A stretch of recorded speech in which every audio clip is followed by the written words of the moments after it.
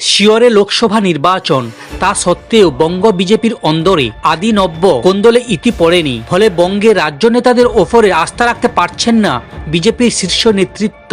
তবে কেন্দ্রের হ্যাট্রিক হাঁকাতে এখন থেকেই স্ট্র্যাটেজি তৈরি করতে শুরু করে দিয়েছে গেরুয়া শিবির। বাংলায় দাঁড়িয়ে লোকসভায় 35 আসনের লক্ষ্য বেঁধে দিয়েছেন অমিত শাহ। সেই লক্ষ্য পূরণে এবার পেশাদার সংস্থার হাত ধরছে বিজেপি। 21-এর বিধানসভা নির্বাচনে তৃণমূলের সাফল্যে উল্লেখযোগ্য ভূমিকা পালন করেছিলেন প্রশান্ত কিশোরের আইপ্যাক। সেই রকমই ভাবে অতীতে একাধিক ভোট রাজ্যে এমন বেসরকারি সংস্থার উপর নির্ভর করে নির্বাচনী ময়দানে নেমেছে বিজেপিও। বাংলাতেও চলছে সমীক্ষা। তবে রাজ্য নেতাদের তথ্যে নির্ভর করে 21-এ আশানুরূপ ফল হয়নি। লোকসভা ভোটে সেই ভুলের পুনরাবৃত্তি চায় না শীর্ষ নেতৃত্ব। তাই শুধু শুভেন্দু সুকান্তের রিপোর্টের ওপর আস্থা না রেখে এবার পুরোপুরি পেশাদার সংস্থার সাহায্য নিচ্ছে বঙ্গ বিজেপি।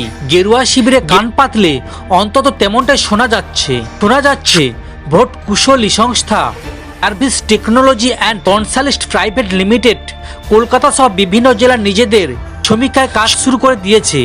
যদিও এখনই বিষয়টিকে প্রকাশ্যে আনতে নারাজ শীর্ষ নেতৃত্ব।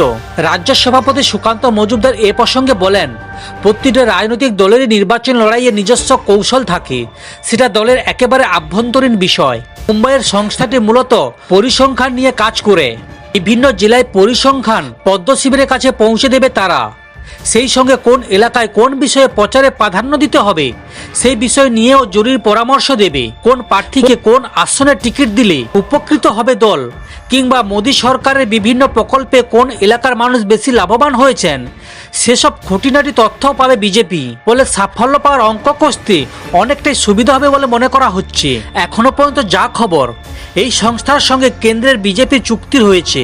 দলের তরফে দায়িত্বে থাকছেন সর্বভারতীয় সাধারণ সম্পাদক সুনীল বনসল। বাংলার দায়িত্ব তারই কাঁধে। তার সংস্থার তরফে নির্বাচন পর্যবেক্ষণ করবেন সংস্থার কর্তা দিগ্গজ মোগরা। সমস্ত খবর দেখতে এই চ্যানেলের সঙ্গে থাকুন। ধন্যবাদ।